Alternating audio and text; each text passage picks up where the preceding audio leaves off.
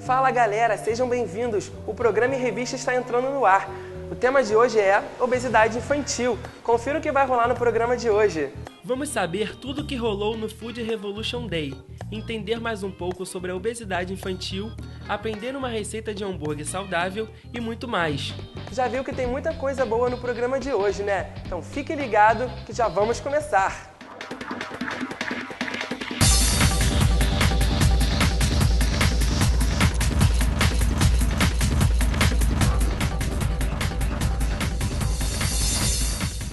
A Uniswan realizou o Food Revolution Day. Não sabe o que é isso? Então preste atenção na matéria a seguir. Em parceria com a Gastromotiva e o site Tudo Gostoso, a Uniswan realizou o evento internacional Food Revolution Day, ou o Dia da Revolução da Comida. O tema principal foi obesidade infantil. E o desafio foi ensinar as crianças a ter uma alimentação saudável de uma forma divertida.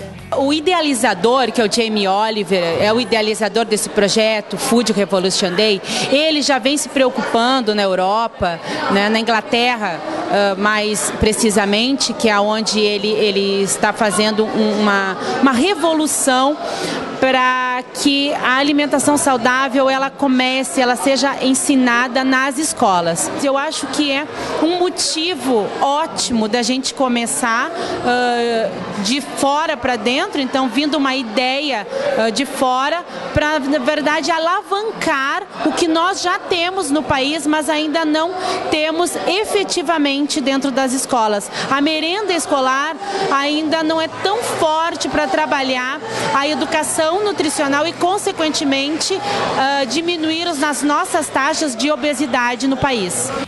Os pais têm papel fundamental para que as crianças aprendam o que comer e o que não comer. E para a Adriana, a escola tem a mesma responsabilidade.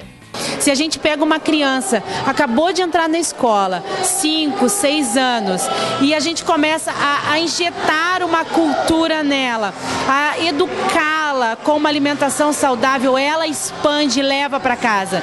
A gente já vê em alguns poucos trabalhos que nós mesmos fizemos dentro da Uniswan.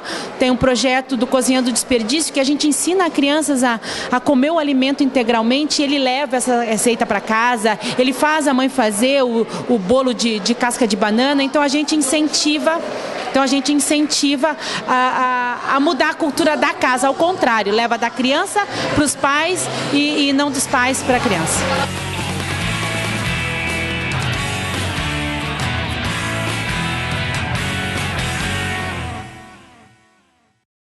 Agora você vai conhecer o Ateliê das Ideias, um lugar onde as crianças aprendem a cozinhar e comer de forma saudável. Quem pensa que cozinhar é só coisa de adultos está muito enganado. Localizado no Maitá, Rio de Janeiro, o Ateliê das Ideias oferece aulas de culinária para as crianças colocarem a mão na massa. O Ateliê das Ideias surgiu assim, eu trabalhava com criança, sou pedagoga, já trabalhei muitos anos com educação infantil, eu adoro comida, adoro culinária, acho a gastronomia e o contato com os alimentos uma coisa riquíssima para se fazer com crianças, com adultos. Eu já era fascinada por esse tema.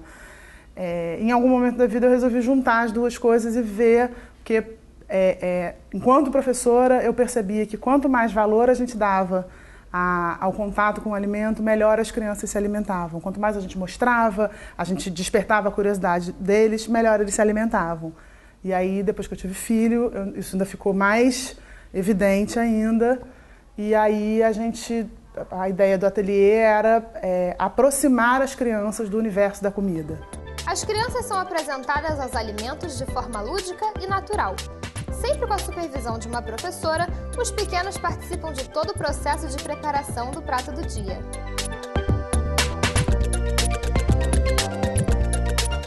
De grandes vilões, legumes e verduras são transformados em amigos das crianças em uma aula de culinária como essa. A primeira coisa que a gente faz é que o legume e a verdura, ele vira um assunto tanto quanto a carne, o macarrão, o ovo e a batata. Entendeu? Ele não é uma coisa para ser... Porque a gente é que ensina para as crianças que o espinafre é verde e que o verde é meio esquisito. É a gente que ensina para eles. É a gente que quando vai dar já meio com medo, é verde, acho que ele não vai gostar, acho que não sei o quê. E as crianças percebem, né? Bebê percebe isso. Então, assim, a gente trata, é uma banana, uma maçã, do mesmo jeito que é uma barra de chocolate. A professora do curso Verusca e a aluna Júlia Monteiro são apaixonadas pelas aulas de culinária. Eu adoro as aulas aqui, porque aqui nós aprendemos a fazer as comidas que nós mais gostamos e também a cozinhar e conhecer novos alimentos. É muito gratificante poder trabalhar com esse material tão rico que é a culinária, porque dentro da culinária a gente trabalha tanta coisa, a gente trabalha linguagem, trabalha matemática, trabalha com texturas, e isso a gente pode variar de um grupo, né, que é o caso do meu grupo de crianças de 4 anos até um adolescente de 16. Além da questão da alimentação, a gente trabalha com a questão da integração também. Então, eles chegam às vezes pra gente não querendo experimentar, não querendo colocar a mão, só querendo fazer a receita mesmo e no final não querem experimentar. E hoje em dia a gente tem um grupo que participa da produção, experimenta e quer levar para casa essa produção. Então é muito bacana mesmo. Melhor que preparar é se deliciar com a receita pronta.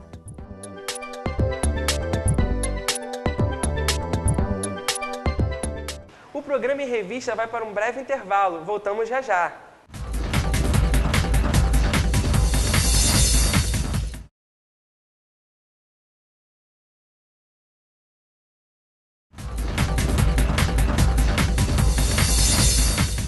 Estamos de volta. Agora você vai acompanhar uma conversa com o endocrinologista.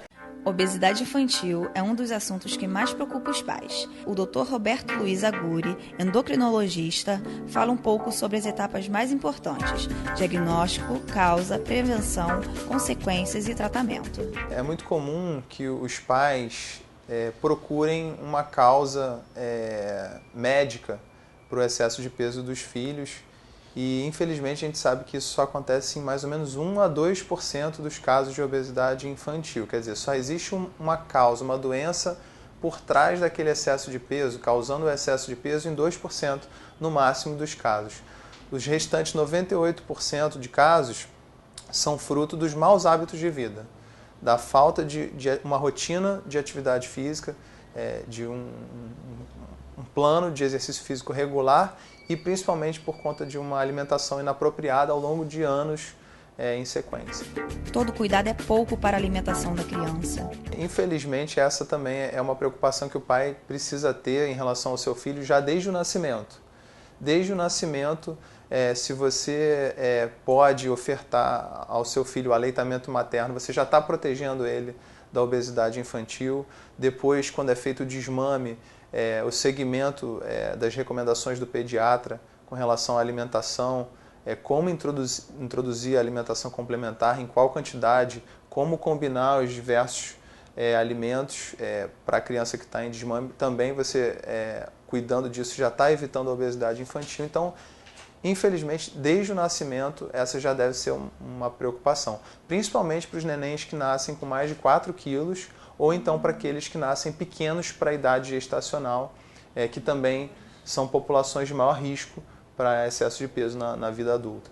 O diabetes gestacional ou diabetes pré-existente antes da gestação, mas que acomete a mulher durante a gestação também, quando mal controlado, uma das consequências que ele pode trazer é um neném nascido de peso maior do que o recomendado, né? O famoso GIG, grande para a idade gestacional. E a gente sabe que essas crianças elas ficam marcadas, vamos dizer assim, metabolicamente para ter excesso de peso e fatores de risco para doença cardiovascular na vida adulta e já na adolescência também. Os riscos são frequentes e suas consequências podem ser perigosas. Em torno de 20% das crianças com sobrepeso ou obesidade infantil já apresentam alguma comorbidade, alguma doença associada ao excesso de peso. Quer dizer, o excesso de peso já deixou de ser uma questão meramente estética. Então, nessas crianças é possível que haja já pré-diabetes ou diabetes tipo 2, que era o diabetes que antigamente era visto quase que exclusivamente na faixa etária adulta e nas pessoas de mais idade. Hoje a gente já vê esse diabetes surgindo com muita frequência na infância e na adolescência por consequência do excesso de peso. A dislipidemia, né, a alteração de colesterol fruto do excesso de peso, hipertensão arterial, a apneia obstrutiva do sono, quer dizer, problemas relacionados ao sono, problemas psicológicos, emocionais e sociais, fruto também do excesso de peso, e também a síndrome de ovários policísticos na menina, principalmente. Evitando desde o começo pode ser um dos melhores modos de tratar a obesidade. Algumas coisas são muito importantes, né? A primeira coisa que a gente acaba não pensando muito é o que a gente chama de tempo de tela. Tempo de tela é quanto tempo aquela criança passa na frente do computador ou da televisão para fins não educativos. Ou seja, para divertimento, lazer, jogar joguinho, ver um filme, entrar na internet, sem ser para fazer uma pesquisa para a escola, sem ser para estudar. Esse tempo de tela ele tem que ser menor que 3 horas por dia. O ideal é menor que 2 horas por dia. Se os pais começarem a controlar isso, já é uma forma de ajudar o filho a não ter excesso de peso. Outra coisa que é muito importante é uma rotina, como a gente falou, de exercícios físicos. Não precisa uma neurose com relação a isso, a gente não precisa transformar todas as crianças em atletas, mas eles têm que ter uma rotina de exercício físico. Não pode a família se pautar apenas no exercício feito na escola um tempo por semana ou 2 tempos por semana. Isso é muito pouco para a maior parte das crianças. O tratamento da obesidade infantil, ele tem como pilares os mesmos pilares do tratamento no adulto, né? Ou seja, são 4 elementos basicamente. Uma boa dieta, de preferência prescrita por uma nutricionista, formando uma equipe multiprofissional para cuidar dessa família, dessa criança. A rotina de exercícios físicos, que é muito importante. Existem também atualmente os chamados substitutos de refeição, são shakes que a gente utiliza para auxiliar na perda de peso.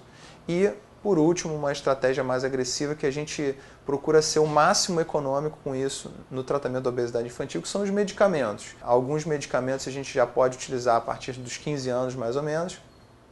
Então a gente fica muito restrito em termos de medicamentos que a gente pode oferecer no tratamento da obesidade infantil. E uma coisa que é muito importante lembrar é que nas crianças de 2 a 6 anos, muitas das vezes a gente não vai querer que haja uma perda de peso. A gente vai procurar a manutenção do peso e conforme a criança cresce, vai haver uma perda de peso relativa, entre aspas. Ela mantendo aquele mesmo peso. Conforme ela cresce, ela vai diminuir o índice de massa corporal, mesmo não tendo perdido o peso propriamente. Isso a gente procura muito na criança de 2 a 6 anos, onde a gente tenta não ser tão agressivo, a não ser quando há já uma comorbidade importante da obesidade, como hipertensão, diabetes ou dislipidemia. Você sabia que muitas bebidas são ricas em açúcar e a gente consome sem perceber? A professora Mariana Catapreta nos ajudou a desvendar esse mistério. Os açúcares e os carboidratos são sinônimos e a gente tende a confundir esses dois nomes, né? Dentro dos carboidratos, né, ou dos açúcares, nós temos 2 tipos. Um açúcar que a gente considera como açúcar complexo, que é o açúcar que a gente precisa para as nossas atividades diárias. Então, andar, caminhar, fazer todas as nossas atividades são importantes que a gente consuma uma quantidade de carboidrato, né? E são os carboidratos que nós chamamos de complexos. Os simples são os que a gente usa para adoçar o café, o bolo que a gente tem na nossa casa, aquele açúcar branco que a gente deixa em cima da nossa mesa de forma errada.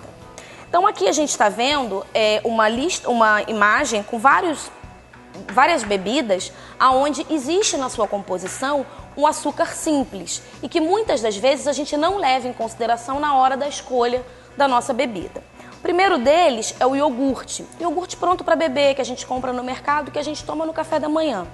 A gente sempre pensa que é um produto super saudável, mas hoje, infelizmente, os iogurtes eles estão vindo adicionados de muitos ingredientes e um deles é o açúcar simples. Se a gente observar nessa imagem, a gente tem um copo de 150 ml de iogurte, tem 24 gramas de açúcar simples. Considerando um adulto de 70 quilos, esse seria o limite máximo de açúcar de ingestão que esse indivíduo poderia consumir. Bastante coisa, né? Levando em consideração os sucos, e aí muita gente, né, faz uma troca que não é uma troca tão inteligente, uma vez que a gente troca refrigerantes, né, e guaranás ditos naturais por sucos de caixinha, mas esses sucos eles também contêm uma quantidade muito grande de açúcar simples. Principalmente quando no rótulo desse produto vem escrito a palavra néctar. Como vocês podem ver aqui, sempre que tiver escrito a palavra néctar, ele tem uma quantidade de açúcar muito grande, semelhante à quantidade de açúcar do refrigerante, de açúcar simples. Então, fazendo uma comparação, aqui a gente vê 150 ml de néctar de laranja contendo 15 gramas de açúcar simples e 150 ml de refrigerante tipo cola também contendo as mesmas 15 gramas de açúcar simples, mostrando que essa troca ela efetivamente não é uma troca inteligente, uma vez que a quantidade de açúcar ingerida é a mesma.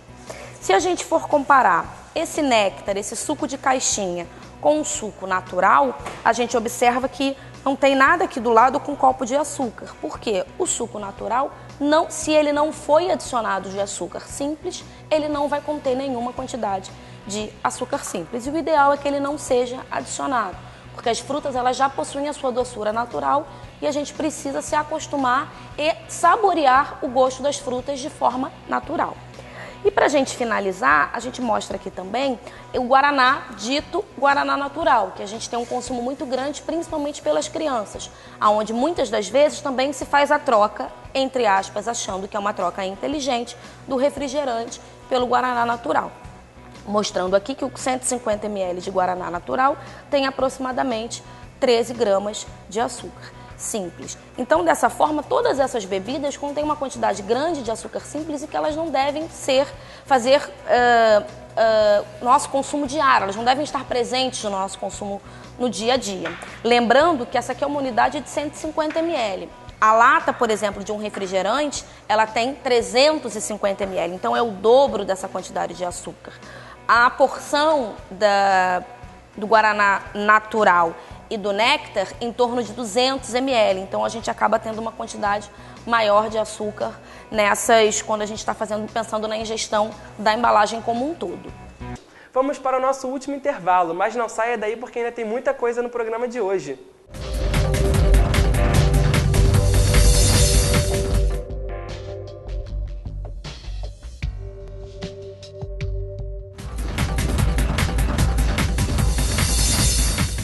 Batata frita, cachorro-quente, hambúrguer. As crianças adoram essas comidinhas, né? Mas não são nada saudáveis. Por isso, convidamos a professora Adriana Leal para ensinar uma receita de hambúrguer com fibras. Então, para o nosso hambúrguer com mais fibras, você vai precisar de 500 gramas de carne moída, um ovo, 200 gramas de aveia em flocos, 50 gramas de gergelim, 2 gramas de orégano fresco ou seco, 2 gramas de tomilho fresco, 5 gramas de sal, meio maço de salsinha, 2 cebolas pequenas, 4 pães tipo hambúrguer, 1 tomate pequeno, 4 folhas de alface, 1 copo de iogurte natural desnatado, 15 ml de azeite extra virgem. Olá! Hoje a gente vai aprender a fazer um hambúrguer com mais fibras. A gente aumentando as fibras numa alimentação de um lanche, por exemplo, a gente consegue fazer com que a glicose, o carboidrato, a gente ajude o nosso organismo a funcionar melhor. Vamos começar com uma carne moída, Essa carne moída você pode adquiri-la num açougue, por exemplo. Vamos acrescentar o que nessa carne moída? Vamos acrescentar uma salsinha, que a gente já picou, certo? Um pouquinho de orégano, que ele pode ser fresco ou seco, no nosso caso é o seco. Um pouquinho de tomilho fresco, dá um cheirinho, um aroma, um sabor. Vamos acrescentar uma unidade de ovo, uma cebola picada. No caso aqui a gente picou uma cebola roxa. pode ser a branca também, não tem problema. Uma pitadinha de sal, a ponta da colher e a aveia. Que no caso aqui é o xodó do nosso hambúrguer, que a gente vai aumentar as fibras dessa carne.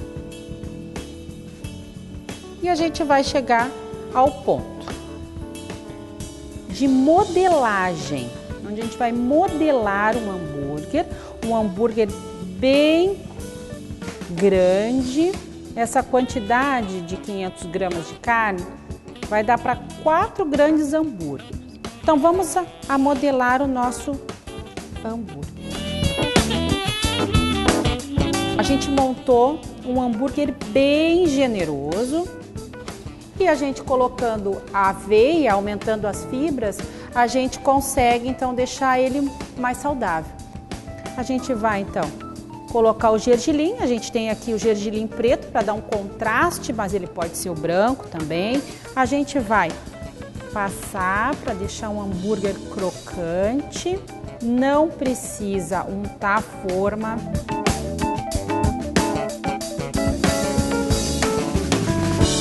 Agora a gente vai colocar esse hambúrguer no forno por 20 minutos. Enquanto o nosso hambúrguer rico em fibras fica no forno, assando, aí eu vou dar alguma alternativa para a gente evitar alguns molhos que a gente compra pronto. Então, a gente tem aqui o iogurte natural, desnatado. Então, eu vou colocar uma colher, 2 colheres, vamos fazer bastante. O orégano, mesmo que a gente utilizou no hambúrguer. O tomilho fresco, também o mesmo. A salsinha, cada suco de laranja, que a gente viu que não tem açúcar simples, vamos usar um pouquinho, e um pouquinho de azeite de oliva extra virgem, uma colher. Então aqui a gente tem um molho alternativo, a gente mistura e a gente vai utilizar para molhar o pão e montar o nosso hambúrguer rico em fibras.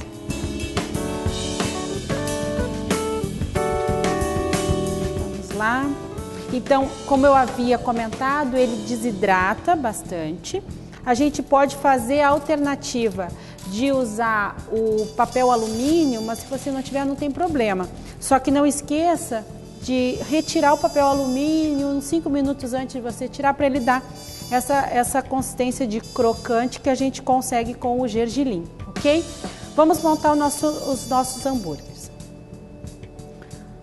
Então, pãozinho de hambúrguer, que eu sugiro que pode ser o simples, ou o integral, ou aquele que vem com gergelim em cima, apesar que a gente já tem gergelim ali, então não, gergelim mais gergelim não tem necessidade. Vamos usar o nosso molho. Vamos molhar nosso pãozinho.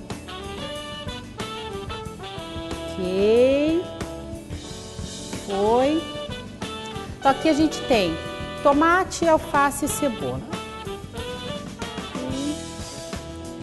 Uma rodelinha de tomate, aqui algumas rodelas de cebola. Depois a gente pode fechar o nosso hambúrguer.